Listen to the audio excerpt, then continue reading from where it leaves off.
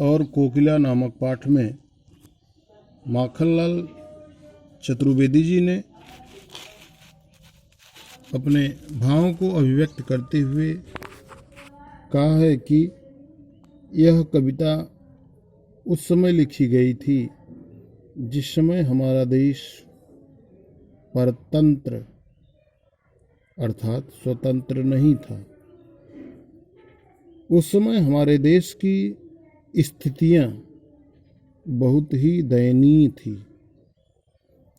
British शासन को भारतीय जनमानस और देश की होती दुर्दशा का चित्र इन्होंने जो खींचा है वही इस पद में प्रस्तुत किया है।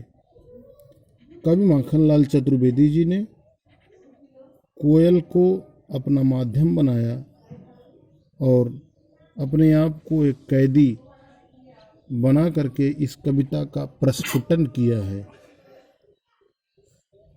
क्या गाती हो, क्यों रह रह जाती हो, कोकिल बोलो तो क्या लाती हो, संदेशा किसका है, कोकिल बोलो तो। अर्थात माखनलाल चतुर्वेदी जी कहते हैं, हे कोयल तुम क्या गा रही हो, ऐसा क्या गा रही हो जो तुम्हारे कविता में है, कोयल बोलो तो क्या लाती हो, अर्थात तुम कौन सा संदेशा लाई हो जिसे हम सबको सुनाना चाहती हो। तुम्हारे मन में ऐसी कौन सी बातें हैं जो कि इस समय तुम ला करके संदेशा हम लोगों के बीच में सुनाना चाहती हो। संदेशा किसका है, कोकिल बोलो तो। और तुम अगर संदेशा लाई भी हो तो वह किसका है, किससे संबंधित है, हे कोयल यह किसके लिए है। अब तुम ही बताओ यह किसके लिए, किसका संदेशा है। ऊंची काली दीवारों के घेरे में, डाकू चोरों बटमारों के डेरे में।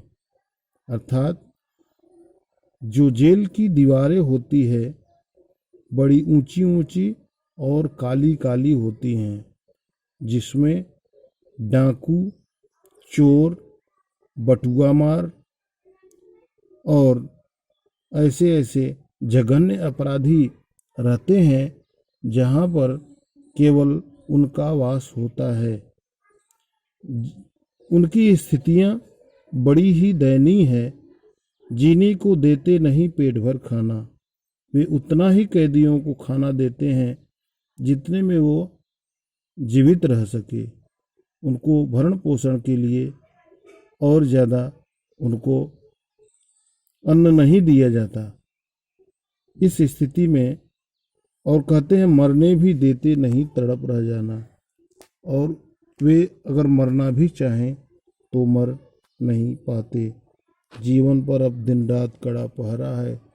अगर वे चाहते कि आराम से हम मर सकें, उस पर भी इनकी स्थितियां बड़ी खराब है, वे आराम से मर भी नहीं सकते।